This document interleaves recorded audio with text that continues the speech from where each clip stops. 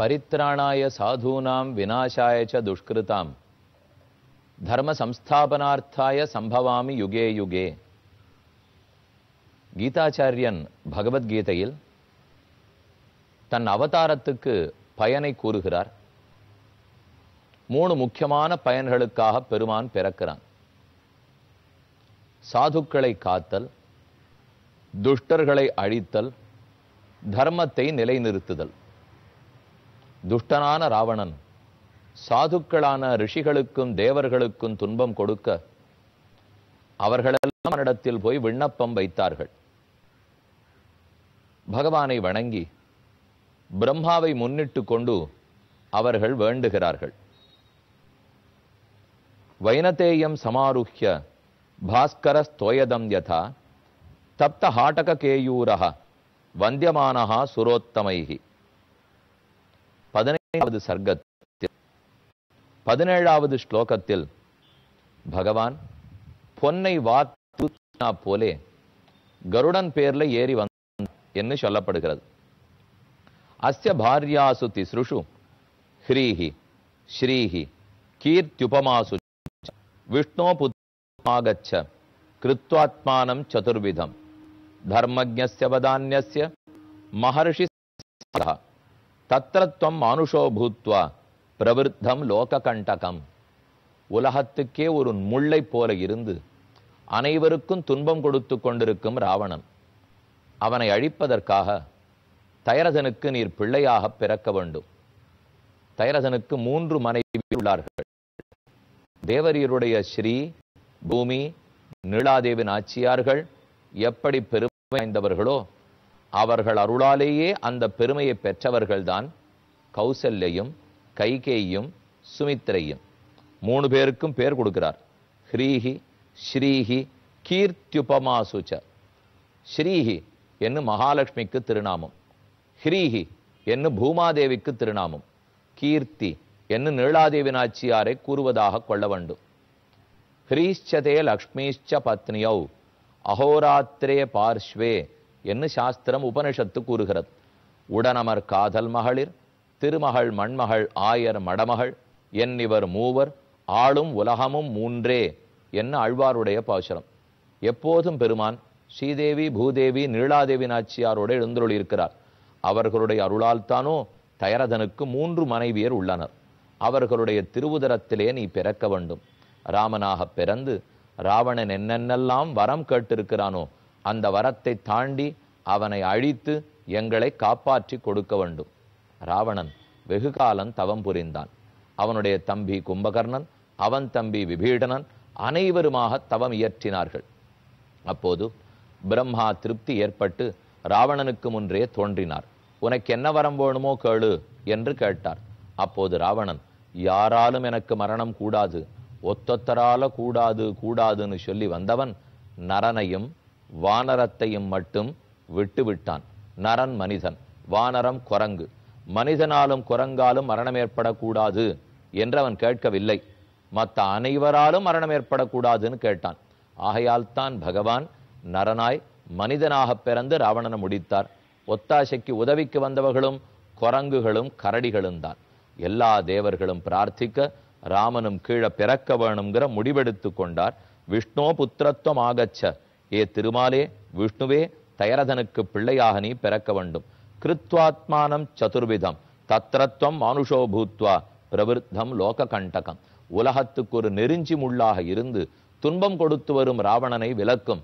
கிருத்வாத்மானம் சதுர்விதம், உம்மையே 4 பேராக பிரித்து கொள்ளும். சதுர்பாகு, சதுர்திரம்ட்ரஹ, சதுர்வியூஹ, சதுர்புஜஹ. இதெல்லாம் விஷ்ணு சஹஸ்ரநாமத்தில் திருநாமம். பெருமானுக்கே 4ஆ பிரித்து கொள்வதில் ஒரு சிறப்பு உண்டு. தர்ம அர்த்த காம மோக்ஷம், அறம் பொருள் இன்பம் வீடு 4ன்னு தான் சொல்லுகிறோம். அதே போல 4 மண்டபங்கள் முக்கியம்.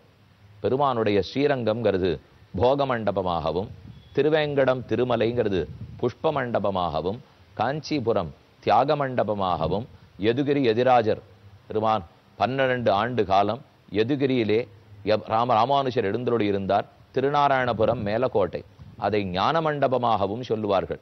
ஆக போக மண்டப, புஷ்ப மண்டப, தியாக மண்டப, ஞான மண்டபம் அப்படி பார்த்தாலும் 4 தான். இப்ப பெருமாள் தன்னை நாலா பிரிச்சின்றார். வியூகமூர்த்தி வாசுதேவ, சங்கர்ஷண, பிரத்யும்ன, அனிருத்தர்கள் என்ன நாலா பிரிச்சிருக்கான்னு கேள்விப்பட்டிருக்கும். பெருமானுடைய திருக்கைகள் அநேகமா நாலாகத்தான் காட்சி கொடுக்கின்றன. இங்கேயும் பெருமாள் நால்வராக பிறக்கிறான். ராம, பரத, லக்ஷ்மண, சத்ருகனர்கள் தன்னையே 4 பேராக பெருமாள் பிரித்து கொண்டாராம். ராட்சசோ ராவணோ மூர்க்கா வீரியோத்ரேகேண பாததே ரிஷயச்ச ததஸ்தேன கந்தர்வாப்சரசஸ்ததா ஹத்வா குரூரம் துராதர்ஷம் தேவரிஷீணாம் பயாவகம். இந்த வேண்டுகோளை கேட்ட திருமால் இடி இடித்தாற் போன்ற உயர்ந்த குரலிலே அவர்களை ஆஸ்வாசப்படுத்தி சமாதானப்படுத்துகிறார். வத்ஸ்யாமி மானுஷே லோகே பாலயன் பிருத்திவீமிமாம். இந்த பூமண்டலத்தையே காப்பாற்றி கொண்டு அயோத்தி பட்டணத்தில் 11,000 ஆண்டுகள் இருக்க போகிறேன். தசவருஷ சஹசிராணி தசவருஷ சதானிச்ச ஹத்வா குரூரம் துராதர்ஷம் தேவரிஷீணாம் பயாவகம். தேவர்களுக்கும் ரிஷிகளுக்கும் பயத்தை ஊட்டும் ராவணனை முடித்து பூமியே ஆண்டு கொண்டு 11,000 ஆண்டுகள் இருப்பேன். மானுஷ்யே சிந்தையாமாச ஜன்மபூமி மதாத்மனஹ. எங்கே பிறக்க வேணும், எந்த ஊர், எந்த நரிக்கரை, யார் பெற்றோர், யார் கூட பிறந்தவர்கள், கிடுகிடுவென்னு பெருமான் சங்கல்பித்து கொண்டான். தயரதனையும் கௌசல்யையும் பெற்றோராக தேர்ந்தெடுத்தான். ததஹ பத்மபலாசாட்சா கிருத்வாத்மானம் சதுர்விதம் பிதரம் ரோச்சயாமாச ததா தசரதம் நிருபம். தசரதனை தனக்கு தந்தையாக வரித்தான் ராமன். இதுதான் பெருமானுக்கு வேறுபாடு. நாம யாரும் இன்னார் நமக்கு பெற்றோரா இருக்கட்டும்னு நம்ம தேர்ந்தெடுக்க முடியாது. நம்ம பெற்றோர்களும் இன்னவர் நமக்கு குழந்தையா இருக்கட்டும்னு தேர்ந்தெடுக்க முடியாது. அது கர்மத்தின் வசப்பட்டு பிறக்கிறோம். ஆனா பகவானோ ததா பத்மவலாசாட்சா கிருத்வாத்மானம் சதுர்விதம், தன்னையே 4வராக பிரித்து கொண்டார். பிதரம் ரோச்சயாமாச, இவர் நமக்கு தந்தையாக இருக்கட்டும், தயரதன் நமக்கு தந்தையாகவும் கௌசல்யை நமக்கு தாயாகவும் இருக்கட்டும் என்று சங்கல்பித்து கொண்டான். பிதரம் ரோச்சயாமாச ததா தசரதம் நிருபம் தமுத்ததம் ராவணம் உக்ர தேஜசம் பிரவருத்த தர்ப்பம் திரிதசேஸ்வரத்விஷம் விராவணன் சாது தபஸ்வி கண்டகம் தபஸ்வினாம் உத்தர தம் பயாவகம் தமேவ ஹத்வா சபலம் சபாந்தவம் விராவணம் ராவணமுக்ர பௌருஷம் ஸ்வர்லோகமாகச்ச கதஜ்வரச்சிரம் சுரேந்திரகுப்தம் கததோஷ கல்மஷம். உடனே தேவர்களெல்லாம் வேண்டினார்கள். கீழே பிறந்து கோடரிக்காம்பாக இருக்கும் ராவணனை முடித்து எல்லாருக்கும் ஆனந்தத்தை ஏற்படுத்திட்டு சீக்கிரமே ராமானி திரும்ப வைகுந்தத்துக்கு எழுந்துருள வேண்டும். அதோடே 15வது சர்க்கம் முற்று பெறுகிறது. அடுத்தது பாயசம் பிறக்கும் சர்க்கம் 16வது சர்க்கம். எப்பவும் 16க்கு ஒரு தனிச்சிறப்பு. சந்திரனுடைய கலைகள் 16, இப்ப சர்க்கம் 16, 16வது சர்க்கம் வரச்சே ராமன் பிறக்கிறதுக்கு வேண்டிய பாயசம் உற்பத்தி ஆகிறது. ததோ நாராயணோ விஷ்ணு நியுக்தா சுரசத்தமைஹி ஜானன்னபி சுரானேவம் ஸ்லக்ஷ்ணம் வச்சனம் அப்ரவீத். என்ன நடக்கப் போகிறது என்பதை உணர்ந்திருந்த ஒருத்தனான பகவான் திருமால் அங்க கூடியிருந்த தேவர்கள் எல்லாரையும் பார்த்து சொன்னார், கவலைப்படாதீங்க. உபாயா கோவதே தஸ்ய ராட்சசாதிபதே சுராக யமஹம் தம் சமாஸ்தாய நிஹன்யாம் ரிஷிகண்டகம் மானுஷம் ரூபமாஸ்தாய ராவணம் ஜஹி சயுகே சகிதேபே தபஸ்தீவிரம் தீர்க்காலம் அறிந்தமஹ. அப்ப பிரம்மாவும் நடந்த கதையை சொல்றார். ராவணன் என்னை குறித்து தான் தவம் புரிந்தான். அவன் சில வரங்களை வேண்டினான். தம்பி விபீஷணன் வேண்டினான், கும்பகர்ணனும் வேண்டினான், சூர்பனகையும் வேண்டினாள். அவர்கள் வேண்டிய வரத்தையெல்லாம் நான் கொடுத்தேன். ஆகவே அதற்கு தகுந்தா போலே திருமாலே நீர் ராமனாக மனித குலத்தில் பிறக்க வேண்டும். வேறேதிலும் பிறந்தவனுக்கு மரணம் சம்பவிக்காது. வானரங்களை, அதாவது குரங்குகளை உதவி கழைத்துக் கொள்ளும். நானாவிதேபியோ பூதேபியோ பயம் நான்யத்ர மானுஷாத் தஸ்மாத் தஸ்ய வதோ திருஷ்டா மானுஷேபியா பரந்தப. ஆக பெருமானே, மனிதர் குலத்தில் பிறந்துதான் ராவணனை அழிக்க வேண்டும். மேலும் அழிப்பதற்காக மட்டுமல்ல, அதை பெருமான் வைகுந்தத்தில் இருந்து கொண்டு நினைத்த மாத்திரத்திலே கூட வெறும் சங்கல்பம் நடக்கட்டும் அப்படின்னு சொல்லி இருந்தாலே ராவணன் முடிந்திருப்பான். அதனாலே ஒரு ராவணனை போன்ற புழு பூச்சியை அழிப்பதற்காக எங்கிருந்தோ திருமால் இறங்கி வர வேண்டிய தேவையில்லை.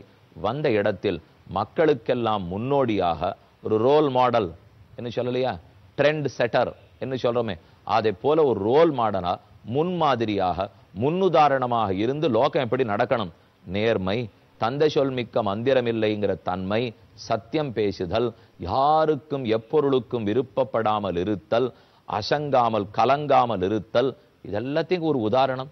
அனைத்தும் ஒரு சேர ஏற்பட்டவன் தானே ராமன். அந்த குணங்களையெல்லாம் உலகத்தில் காட்டிவிட்டு போம். சச்சாப்பியபுத்ரோ நிருபதிஹி தஸ்மின் காலே மகாத்யுதிஹி அயஜத் புத்திரியாம் இஷ்டிம் புத்திரேப்சுர் அரிசூதனஹா. அப்போ உடனே இவர்கள்லாம் பேசிக்கிறார். இதே சமயத்தில் தசரதன் இஷ்டியாகத்தை பண்ண ஆரம்பிச்சிருக்கார். வசிஷ்டரும் ரிஷ்யசிருங்கருமாக புத்திரகாமேஷ்டி யாகம் பண்ண ஆரம்பிச்சிருக்கார்கள். மனித குலத்தில் பிறந்தவன் தயரதன், இக்ஷ்வாக் வம்சத்துல தோன்றினவன். அங்குதான் பெரிய பெருமாள், இன்று ஸ்ரீரங்கத்துல நாம சேவிச்சென்றிருக்கிற பெரிய பெருமாள் இக்ஷ்வாக்கு குலத்து மன்னவர்களாலே ஆராதிக்கப்பட்டு சரையூ நதிக்கரையில் அயோத்தியிலே தான் வாழ்ந்து வந்தார். ராமனுக்கு ரொம்ப நாள் ஆசை, நாமே ஒரு அர்ச்சகனா பிறந்து நமக்கே ஆராதனம் பண்ணி கொள்ள வேண்டும். சரியான சந்தர்ப்பம். ஒரு பக்கம் தேவர்களுக்கு தேவை ராவணனை அழிக்க வேண்டும், அதற்காக மனித குலத்தில் பிறக்க வேண்டும். மற்றொரு பக்கம் பெருமானுக்கே ஆசை, நாமே மனிதனாக பிறந்து நமக்கு ஆராதனம் பண்ணி கொள்ள வேண்டும். அதுக்கு இக்ஷ்வாக்கு குலத்துல பிறந்தால் தான் நடக்கும். தயரதனுக்கு ஆசை, தனக்கு ஒரு சிறந்த மகன் வேண்டும். அதுக்காக புத்திரகாமேட்டி யாகமும் பண்ண ஆரம்பிச்சுட்டான். 3 கோணங்களும் சந்திக்க போகின்றன. இதற்காகத்தான் திருமால் காத்திருந்தா போலே, சரி தயரதனுக்கு மகனாக போய் பிறப்போம், கௌசல்யனுடைய மணிவயிற்றிலே கர்ப்பமாக தங்குவோம் என்று முடிவெடுத்தார். சகிருத்வா நிச்சயம் விஷ்ணும் ஆமந்திரிய சபிதாமகம் அந்தர்தானம் கதோதேவைஹி பூஜ்யமானோ மகர்ஷிவி. இந்த பேச்சுவார்த்தை முடிந்தவுடன் தேவர்கள் ரிஷிகள் அனைவரும் தங்கள் தங்கள் இடத்தை அடைந்தார்கள். கீழே வருவோம். காட்சி மாறுகிறது.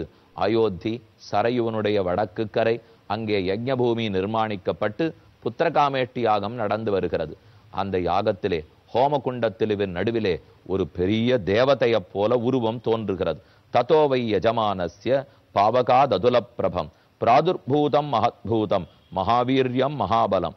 ரொம்ப அழகான உருவத்தோடே, பெருத்த வீரமுடையதாய், சிறந்த பலமுடையதாய், கருத்த வர்ணத்தோடே, ஷகப்பு ஆடை அணிந்து கொண்டு ஷகப்பு வாயோடே கூட ஒரு நீண்ட தேவதை பூதத்தை போன்ற உருவம் உருவாயிற்று. ஸ்னிக்த ஹர்யக்ஷதனுஜஸ்ம அஸ்ரு பிரவர மூர்த்தஜம் சுபலக்ஷண சம்பன்னம் திவ்யாபரண பூஷிதம். அந்த தேவதை எல்லா அடையாளங்களும் பொருந்தியதாய், சிறந்த அழகோடே கையில் ஒரு பெரிய பாத்திரத்தை ஏந்தி கொண்டு வந்தது. அத மேலும் சொல்றார். திவ்ய பாயச சம்பூர்ணம் பாத்ரீம் பத்னீமிவ பிரியாம் தப்த ஜாம்பூனதமயீம் ராஜதாந்த பரிச்சதாம் பிரகிஹ்ய விபுலாம் தோர்பியாம் ஸ்வயம் மாயாமயீமிவ சமேக்ஷ அப்ரவீத் வாக்கியம் இதம் தசரதம் நிருபம். இதோ உயர்ந்த தங்கக்குடம், வெள்ளி மூடி போடப்பட்ட தங்கக்குடம், இது முழுக்க பாயசம் இருக்கிறது. தசரதனே மன்னவா, உம்முடைய 3 மனைவிகளுக்கும் இந்த பாயசத்தை பிரித்து கொடும். இதை சாமானிய பாயசம் நினைக்க வேண்டாம், இது மிக உயர்ந்தது என்று சொல்லி கொடுத்தார். தயரதனும் கையில் பெற்றுக்கொண்டான். எவ்வளவு தவம் புரிந்து இந்த தயரதனத்தை பெற்றிருக்கிறான்! ஏன், ராமனே தவம் புரிந்த திருக்கோலம் உண்டே. ராமன் தான் பிறப்பதற்கு தானே தவம் இயற்றி இருப்பாரோ? பொன் விளைந்த களத்தூரை தர்பசயன சேதுராமனாக சேவித்துக் கொள்கிறோம். நீண்ட சயன திருக்கோலம். சமுத்திரராஜன் கடலரசன் இடத்திலே பெருமாள் சரணாகதி அனுஷ்டித்தார். அந்த சயன திருக்கோலம் சித்திர ரூபத்துல சேவிச்சுக்கிறோம். ராமனுக்கு மெய்க்காவலாய், அவர் திருமேனிக்கு பாதுகாவலாக பக்கத்தில் இலக்குவன் நின்று கொண்டிருக்கிறார். ஓர் புறத்தில் கடலரசனும் ஆஞ்சநேய சுவாமியும் என்ன வந்ததோ என்று துடித்து நின்று கொண்டிருக்கிறார்கள். இந்த மூலமூர்த்தியினுடைய உற்சவரை சேவிச்சோம்னால் அத்தியாச்சரியம். இவருடைய திருமேனியிலேயே கிரீட்டத்துக்கு அருகிலேயும் திருவடிகளுக்கு அருகிலேயும் இவர் சேதுபந்தனம் பண்ணும்போது சரணாகதி பண்ண ராமர் என்பது எழுத்து வடிவத்திலேயே உள்ளது. ஆக பகவான் சேதுபந்தன ராமனாக இங்கே எழுந்தருளி இருக்கிறார். சேஷே புரஸ்தாத் சால்யாம் என்று தன்னுடைய வலது கையாலே தலைக்கு அணையாக கொடுத்து இடது கையை திருவடியை நோக்கி நீட்டிக்கொண்டு தர்பசயன சேது ராமன், தர்பத்தை கீழே பரப்பி ராமனே தவம் புரிந்த இடம். ராமன் தவம் புரிந்தது கடலிலே அணை கட்டுவதற்காக. இது நாம் அனைவரும் அறிவோம். ஆனா இப்ப கதையை படிச்சு பார்த்தா ஒருவேளை தான் பிறப்பதற்கு ராமன் தானே தவம் இருந்திருப்பானோ? பொன் விளைந்த களத்தூரிலே இங்கே தர்பசயன சேதுராமனாக, அதுவும் உற்சவர் ராமர். ரொம்ப ஆச்சரியம். இன்னைக்கெல்லாம் சேவிச்சுருக்கலாம். கிளி கொஞ்சம் கூடிய இடம். ராமனுடைய திருமுகமண்டலத்தை சேவித்தா நம்மோட ஏதோ பேச துடிக்கிறா போலே முகம்.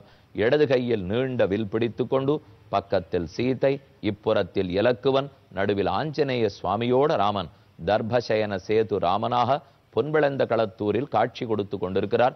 ராமனே தான் பிறப்பதற்கு காத்திருக்கிறார். நாமும் ராமன் பிறக்க காத்திருப்போம்.